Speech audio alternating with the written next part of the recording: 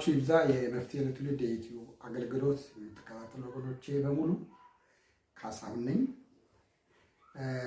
ባለፈው አብረን ያየነው የመልእክት ርዕስ አጽናኙ አምላክ በሚል ነው። ዘመኑ በጣም ብዙ መጽናናት የሚፈልጉ ሰዎች የሚበዙበት ዘመን ነው። ስለዚህ እውነተኛና ተግባራዊ የሆነ ሰላም ማነው መጽናናትን ደግሞ ለሰው የሚሰጥ መለኮት ነው ወይም አምላክ ነው በሚል ርዕስ እግዚአብሔርን ቃል አብረን አይተናል። ኢየሱስ ሊሄድ ሲል ደቀ መዛሙርት እንዳዘኑ፣ ነገር ግን ማዘን እንደሌለባቸው እሱ ሲያጽናና በነበረበት ልክ የሚያጽናናቸው መንፈስ ቅዱስ እንደሚመጣ እሱም በውስጣቸውን ከነሱ ጋር እንደሚኖርና ጥልቅ የሆነ መጽናናት እንደሚያገኙ ሲያበረታታቸው ሲያስተምራቸው እሱን ነው። እሱን ዛሬ በዚህም ዘመን ለእኛ መንፈስ ቅዱስ እንደሚያደርግልን ነው አብረን ያየ ነው። አሁንም እግዚአብሔር ለእናንተም ለሕዝባችን መጽናናትን ያብዛ። ዛሬ አብረን የምናየው የመልእክት ርዕስ የማይነጥፍ ኃይል በሚል ነው። ሰዎች የፈለገ ጠንካራ ቢሆኑ የፈለገ ብርቱ ቢሆኑ ኃይላቸው ይቀንሳል፣ ብርታታቸው ይወርዳል፣ ሰው ይደክማል፣ ይዝላል፣ ተስፋ ይቆርጣል። አምላክ ግን የኃይል ምንጭ ነው። ኃይሉ አይደክምም፣ ብርታቱ አይወርድም። እግዚአብሔር የብርታት ሁሉ ምንጭ ነው። እስራኤላውያን በአንድ ዘመን በጣም ብርቱ ጠንካራ ሕዝብ ነበሩ፣ እንደ መንግስትም እንደ ሕዝብ። ነገር ግን ለእግዚአብሔር መታዘዝ የሚችሉበትን አቅም ባጡ ጊዜ፣ ለእግዚአብሔር መገዛት ባቃታቸው ጊዜ፣ እግዚአብሔርን እሺ ማለት ባቃታቸው ጊዜ ግን የገጠማቸውን ችግር እሱን ታሪክ መነሻ በማድረግ ዛሬ እግዚአብሔርን ቃል አብረን እናያለን። ትንቢተ ኢሳይያስ ምዕራፍ 40 ከቁጥር 28 እስከ 31 ባለው ክፍል ላይ የተመሰረተ ይሆናል የዛሬው መልእክቴ። እስኪ ቃሉን አንብበው። አላወቅህምን? አልሰማህምን? እግዚአብሔር የዘላለም አምላክ የምድር ዳርቻ ፈጣሪ ነው። አይደክምም፣ አይታክትም፣ ማስተዋሉም አይመረመርም። ለደካማ ኃይልን ይሰጣል፣ ጉልበት ለሌለውም ብርታትን ይጨምራል። ብላቴኖች ይደክማሉ፣ ይታክቱማል፣ ጎበዛዛቱም ፈጽመው ይወድቃሉ።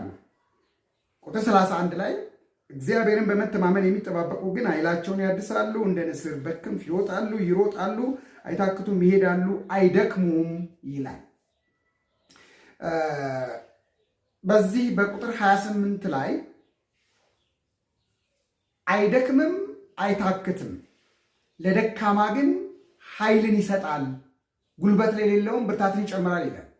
እግዚአብሔር አይደክምም። እግዚአብሔር ውስጥ ያለው ኃይል አይደክምም። የእግዚአብሔር ኃይል፣ የእግዚአብሔር ብርታት፣ የእግዚአብሔር ጉልበት አይቀንስም። እንደውም ጉልበት ላጣ፣ ለዛለ፣ ለደከመ ኃይልን ይሰጣል፣ ጉልበትን ይጨምራል ይላል ኢሳይያስ ለእስራኤላውያን። እስራኤላውያን በዚህ ሰዓት ተስፋ ቆርጠው ደክመው ዝለው ያሉበት ጊዜ ነው። በሰው ውስጥ በጣም ከሚወርድና ከሚቀንሰው ኃይል አንደኛው የፍቅር ኃይል ነው። ሰው ለእግዚአብሔር የሚታዘዘው ከእግዚአብሔር በሚያገኘው የፍቅር ኃይል ነው፣ የፍቅር ብርታት ነው። እስራኤላውያን እግዚአብሔርን የሚታዘዙበትን የፍቅር አቅም፣ የፍቅር ኃይል ስለጎደላቸው፣ ስላጡ ወይም ስላነሳቸው ለእግዚአብሔር ባለመታዘዛቸው ምክንያት ለምርኮ እንደተዘጋጁ፣ ምርኮ እንደማይቀር እግዚአብሔር እንደተናገረ ኢሳይያስ ለእስራኤላውያን ይናገራል። በውስጣቸው ለእግዚአብሔር ያላቸው የፍቅር ኃይል ስለደከመ፣ እግዚአብሔርን በፍቅር መታዘዝ ስላልቻሉ ለምርኮ ተዘጋጅተዋል። አሁን ለምርኮ በተዘጋጁበት ሰዓትም ደግሞ ሌላ በእግዚአብሔር ላይ ሌላ ዓመፅ ሲያመፁ እናያለን፣ ወይም ደግሞ በእግዚአብሔር ላይ ሲያጉረመርሙ እናያለን። እግዚአብሔር ፍርዳችንን ቸል ብሏል፣ እግዚአብሔር መንገዳችንን አያይም፣ እግዚአብሔር ትቶናል እያሉ እግዚአብሔርን ሲወቅሱ፣ እግዚአብሔርን ሲያሙት ነው የምናየው። ኃይል አጥሯቸው ለእግዚአብሔር መታዘዝ አቅቷቸው፣ በፍቅር ለእግዚአብሔር መገዛት አቅቷቸው ለምርኮ የተዘጋጁ ናቸው እነዚህ ሰዎች። እግዚአብሔር ግን እንደዚህ ይላል፣ ያለመታከት ዛሬም እንደሚታገሳቸውና ለደካሞች ኃይልን እንደሚሰጥ። አይደክምም። እግዚአብሔር ውስጥ ያለው የፍቅር ኃይል አይደክምም። እግዚአብሔር ይታገሳቸዋል፣ ደግሞ ለደካሞች ኃይልን ይሰጣል። ተመልሰው በፍቅር ለእግዚአብሔር የሚታዘዙበትን ኃይል እንዲያድሱ እግዚአብሔር ብርታት እንደሚሰጣቸው ይናገራል። ለደካማ ብርታትን ይሰጣል፣ ለደካማ ኃይልን ይሰጣል። መልሰው ለእግዚአብሔር የሚታዘዙበትን እድል እንዳላቸው ይናገራል። ቁጥር 31 ላይ ንስር ከ35 ዓመት በኋላ ኃይሏን ታድሳለች። በ35 ዓመቷ ኃይሏ ይወርዳል። እንደ ቀድሞ ከፍ ብላ መሄድ ያቅታታል። ትሰወርና ኃይሏን ታድሳለች። ከዛ በላይ እንደ ቀድሞ በኃይል እንደገና ከፍ ብላ ትበራለች። ልክ እንደ ንስር ኃይላቸው እንዲታደስ በእግዚአብሔር መተማመን እንዳለባቸው ነው ኢሳያስ የሚነግረው ወይም የሚናገረው ለዚህ ሕዝብ። በትንቢተ ዳንኤል ምዕራፍ 11 ቁጥር 32 ላይ አምላካቸውን የሚያውቁ ሕዝቦች ይበረታሉ፣ ያደርጋሉ ይላል። አምላካቸውን የሚያውቁ ልክ እንደ አምላክነቱ ምላሽ የሚሰጡት ይበረታሉ፣ ኃይላቸው ይታደሳል። የፍቅር ኃይላቸው ሲታደስ ለእግዚአብሔር ይታዘዛሉ።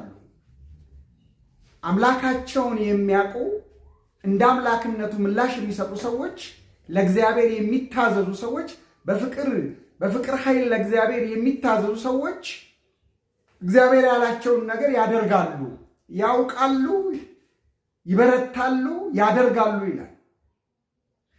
እግዚአብሔርን በማወቅ ለእግዚአብሔር በመታዘዝ የእግዚአብሔር ኃይል በሰው ሕይወት ውስጥ ይታደሳል። በዮሐንስ ወንጌል ምዕራፍ 15 ላይ ጌታችን ኢየሱስ ክርስቶስ እንዲህ ሲል የተናገረውን ክፍል ላንብበው። ምዕራፍ 15 ቁጥር 10 ላይ እኔ የአባቴን ትእዛዝ እንደጠበቁ በፍቅሩም እንደምኖር ትእዛዜን ብትጠብቁ በፍቅሬ ትኖራላችሁ አላቸው ደቀ መዛሙርትን። እኔ የአባቴን ትእዛዝ እንደጠበቁ በፍቅሩም እንደምኖር ትእዛዜን ብትጠብቁ በፍቅሬ ትኖራላችሁ። ለእግዚአብሔር ለመታዘዝ የእግዚአብሔር የፍቅሩ ኃይል በሕይወታችን መገለጥ አለበት።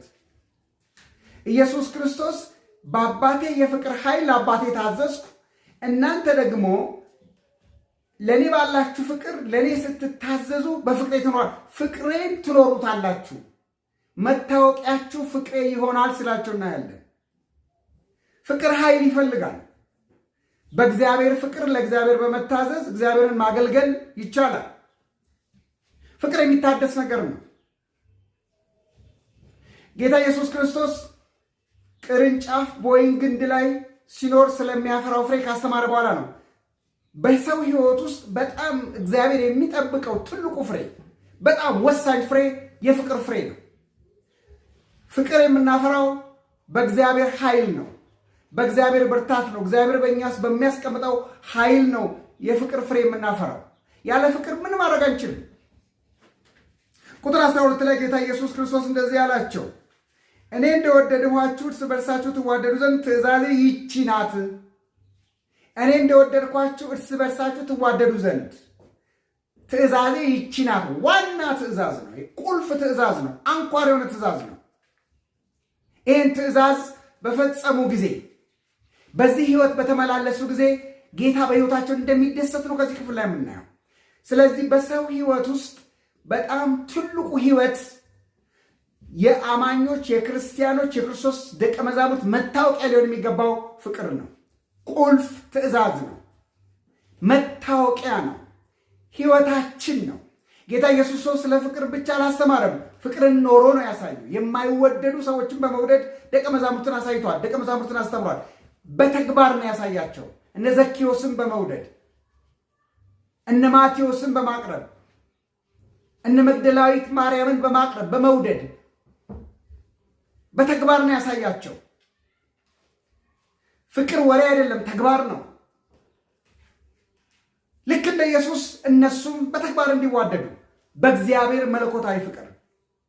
ስለዚህ ዛሬም እግዚአብሔር ይሄ የፍቅር ኃይል በውስጣችን እንዲታደስ ይፈልጋል። እሱን የምንወድበትና የምንታዘዝበት፣ እርስ በርሳችንም ደግሞ በመዋደድ አንዱ ሌላውን የሚያገለግልበት የፍቅር ኃይል በሕይወታችን እንዲታደስ እግዚአብሔር ይፈልጋል። የፍቅር ኃይል በእኛ ውስጥ እንዲታደስ ለእግዚአብሔር መታዘዝ፣ ለቃሉ መገዛት አለብን። የእግዚአብሔር የፍቅሩ ኃይል በእኛ እንዲገለጥ እስራኤላውያን ሕይወታቸው የሚታደሰው እግዚአብሔርን በማወቅ ለእግዚአብሔር በመታዘዝና እግዚአብሔር አድርጎ ያላቸውን በማድረግ የፍቅር ኃይላቸው እንደሚታደስ ሁሉ እኛም ለእግዚአብሔር ቃል በመታዘዝ የእግዚአብሔር የፍቅሩ ኃይል በሕይወታችን ታድሰው እግዚአብሔርን ደስ አሰኝተን እርስ በርሳችን በመዋደድ አንዱ ለሌላው እውነተኛ አገልጋይ በመሆን እንድናልፍ እግዚአብሔር ጸጋ ይብዛልን። ለዛሬ ይህን ያልካልኩ ይበቃኛል። በሚቀጥለው በሌላ ርዕስ እስክንገናኝ መልካም ሳምንት